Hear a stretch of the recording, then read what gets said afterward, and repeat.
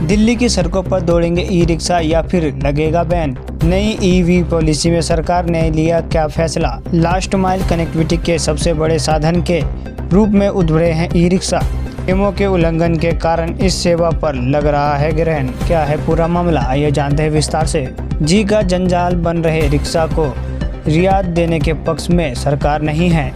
E rickshaw अभी दिल्ली के प्रमुख सड़कों पर प्रतिबंध है, जबकि सीएनजी ऑटो पर ऐसा कोई प्रतिबंध नहीं है।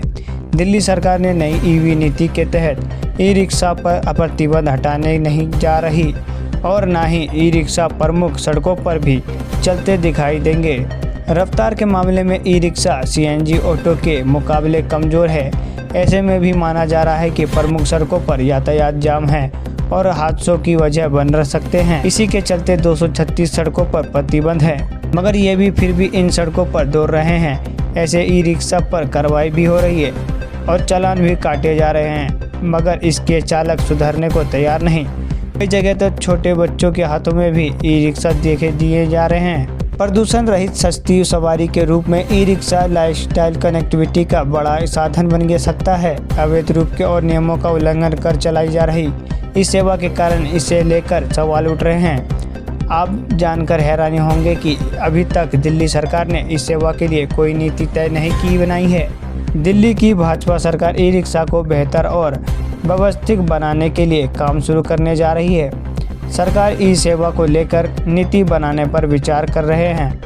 दिल्ली में अवैध रूप से चल रहे ई रिक्शा को बड़ी संख्या कई लाख हैं, मगर पंजीकृत ई रिक्शा की संख्या 1.5 लाख के करीब ही है।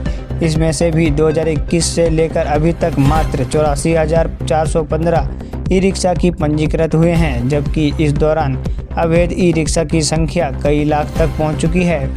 यह समस्या कितनी बड़ी हो चुकी है कि 2024 दिल्ली में पुलिस ने ई रिक्शा के 2,78,090 चालान काटे। इन हालातों के देखते हुए सरकार का प्रयास है कि जो लोग ई रिक्शा चला रहे हैं वे परिवहन विभाग से पंजीकृत कराने के बाद भी ई रिक्शा पर उतरे और जिसके साथ लोगों की सुरक्षा बनकर रहे और ई रिक्शा वालों की रोजी रोटी का साधन भी बेहतर हो सके। कई जगह तो लोगों ने अपने साइकिल रिक्शा को भी मोटर लगाकर जुगाड़ से ई रिक्शा बना दिया है, मगर ऐसे वाहन सवारियों के लिए सुरक्षा का बड़ा खतरा है। ये पलटने से लेकर इसके दुर्घटना स्तर तक होने की घटनाएं हो रही है। इस सरकार के एक वरिष्ठ अधिकारी कहते हैं कि ई रिक्शा का एक अच्छी सेवा है और इसके प्रमोट किया जाए। उनकी माने तो नई आ रही है इलेक्ट्रिक वाहन नीति के इस पर सब्सिडी होने की संभावना है, जो पिछले 1 साल से बंद पड़ी है।